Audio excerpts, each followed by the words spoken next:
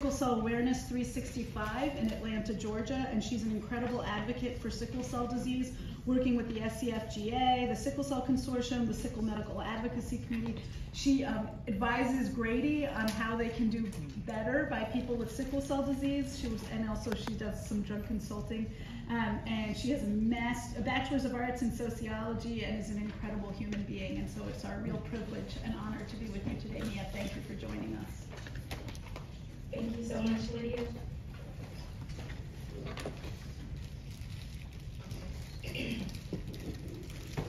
So thank you again for the opportunity to speak on such an important topic. Here you see pretty much an overview of the presentation that I'll go over. At one point, it was believed that people who live with sickle cell disease had a lifespan of 40 years old. Lord willing, I'll be 40 in less than 3 weeks. So this presentation covers the last 4 decades of my reproductive health journey. Please keep in mind that while I'll be sharing my experiences with menstruation and contraception as someone living with sickle cell disease, this presentation will also include my personal reproductive health journey as a whole, which has been impacted by comorbidities and external factors.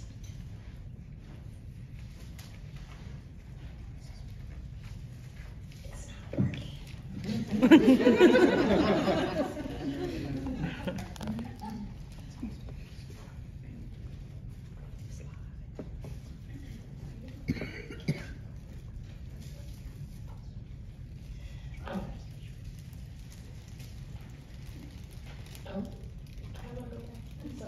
I'm so sorry. Let's tell you a bit of who I am. Ms. Lydia did go over some things. I am a warrior with sickle cell type SC disease, and I like to emphasize the type SC disease because in a lot of research, SC is kind of left out. I feel like the rarest of the rare. So I try to speak on my perspective with sickle cell type SC disease. After quitting college at the age of 27 due to needing a bilateral hip replacement, I returned in 2021 to get my Bachelor of Arts degree in sociology. I'm a caregiver for my elderly mom and my 19-year-old niece, who is a freshman in college. I have been a mentor and advocate for roughly the past 20 years. I am the Executive Director of Sickle Cell Awareness 365.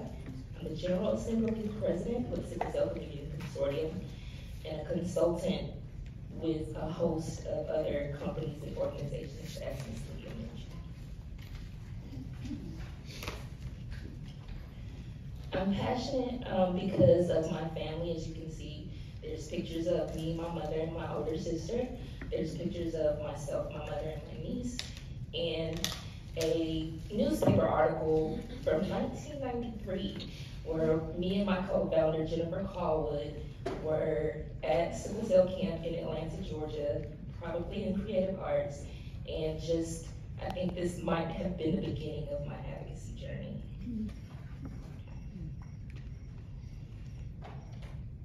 So to start off, I grew up in a single parent family home with my mom and older sister. My sister was about 9 years older than me. My mom found out about my diagnosis at the age of 6 months.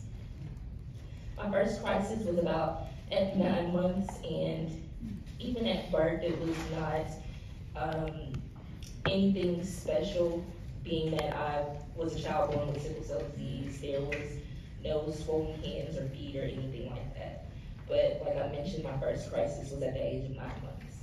Of course, between these ages, I learned about my triggers, which were jumping into a cold pool, like most sickle cell warriors, or overexerting myself when it came to playing with family and friends, and also dehydration.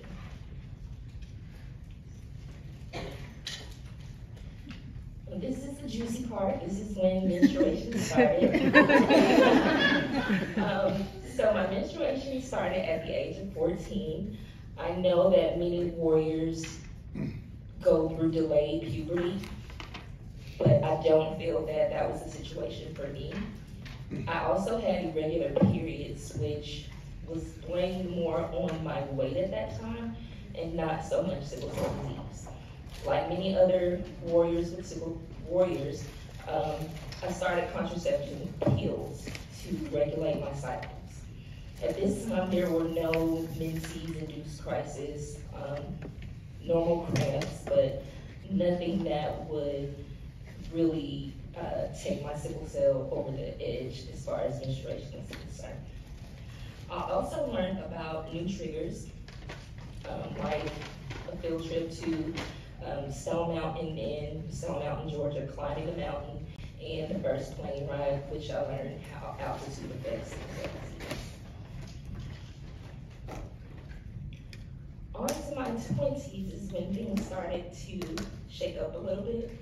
I lost my older sister at the age of 20, and I lost her exactly an hour after she gave birth to my niece. As you can imagine, the trauma of watching my sister's life slip away as she's giving birth. This definitely traumatized me, and the responsibility of now having to co-parent with raising this young girl while I live with sickle cell disease. I'm grateful for my mom, who, of course, we tag teamed in bringing her up and raising her. Due to this grief, I gained a lot of weight, and that's significant because this affected my contraception choices. I tried different methods, but I was told that NuvaRing and the patch were ineffective for women over 200 pounds. I decided to use Depo-Provera, and it worked fairly well for me. But after 5 years, I stopped more for moral reasons. I also endured a bilateral hip replacement at the age of 27. And because I had gained an incredible amount of weight, I was diagnosed with idiopathic intracranial hypertension.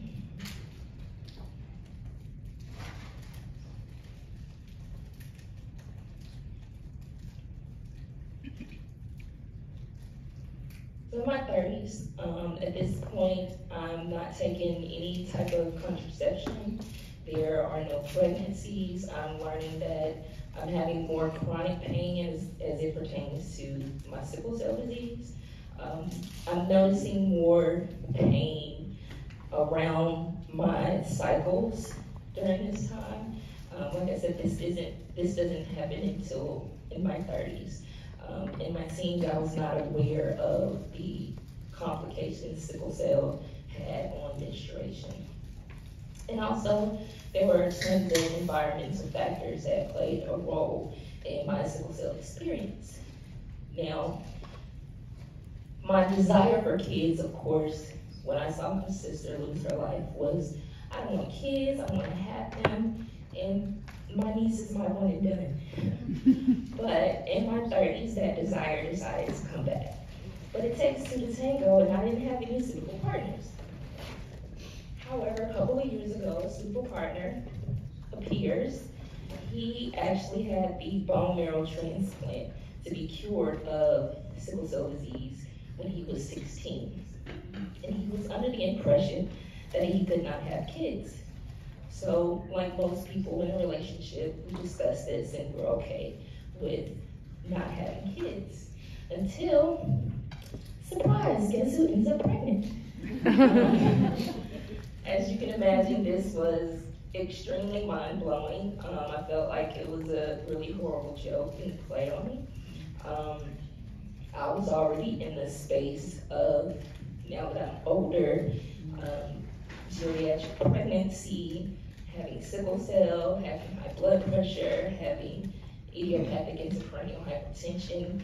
I was not interested in really having kids.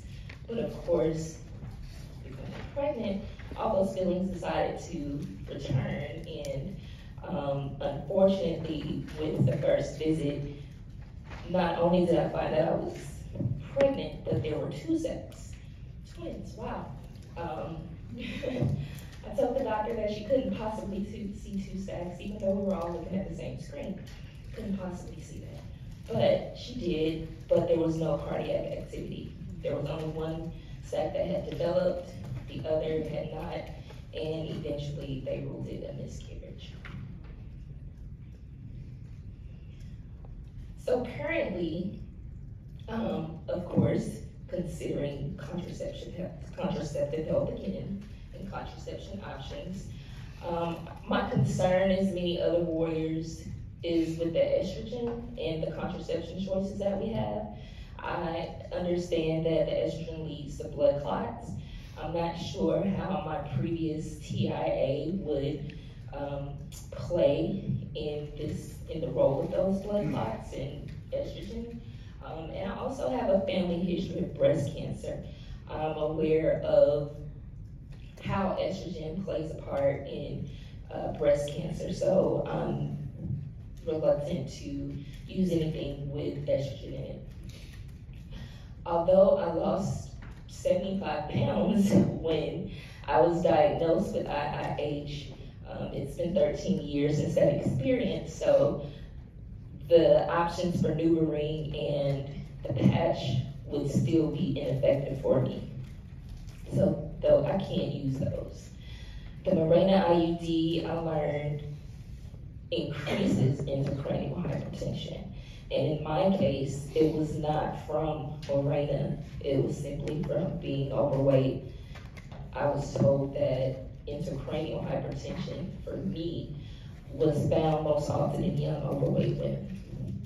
So looking at Mirena now, that is not something that I'm interested in taking because of the fear of all those symptoms returning. Which leaves me with Depo. I decided to use this form of contraception simply because I learned that it helps with bone pain in women with sickle cell disease. My concerns are still with the chances of osteoporosis, given that people with sickle cell disease experience avascular necrosis. My bilateral hip replacement was due to that, and I currently have ABN in my shoulders and spine. Depo also increases weight gain, and if you've ever been on a weight loss journey, you understand the struggle that comes with. And I feel like Depo is just fighting against that weight loss struggle. I'm also concerned about early menopause. I have not read, I've learned a lot today on what that may look like in women with sickle cell disease. But as I get older, for me, early menopause is fresh on my mind to learn how that works and what that may look like for me. As far as parenting, of course, I understand the joys of having and raising children. However, the realities of a geriatric pregnancy with sickle cell disease and other comorbidities doesn't sound like a good one, on top of the realities that realities of the treatment of Black and brown women in America, including in our healthcare system. Let me also note that my sister's demise was not from sickle cell disease. She was not a warrior, and that was not the cause of her demise. My personal opinion is just the treatment that Black women receive in our healthcare system. As far as motherhood goes, I've birthed many other things like Sickle Cell Awareness 365, and I have an impact on more children and more people than I could ever birth. So that's how I deal with motherhood in general. As far as reproductive health moving forward, I hope that there are opportunities for people desiring a curative treatment for sickle cell will still be able to fulfill their desires of parenthood, whether that's via IVF, adoption, surrogacy, or whatever that may look like for that particular person. I'm also concerned with current contraception options as it relates to sickle cell treatments and fertility. I'm aware about hydroxyurea, Dapio, Oxbryta, and other medications that are typically advised to stop using when someone wants to become pregnant But of course, stopping that usage probably impacts their sickle cell disease a great deal. I feel that there should be full disclosure of risk and benefits when it comes to contraception use and curative therapies and how they may or may not work in tandem with each other. There should be full patient education as it relates to sickle cell, as it relates to reproductive health, both of them together and both of them irrespective of each other. And there should definitely be patient and family support when it comes to, as it pertains to mental health and financial support as well. Thank you.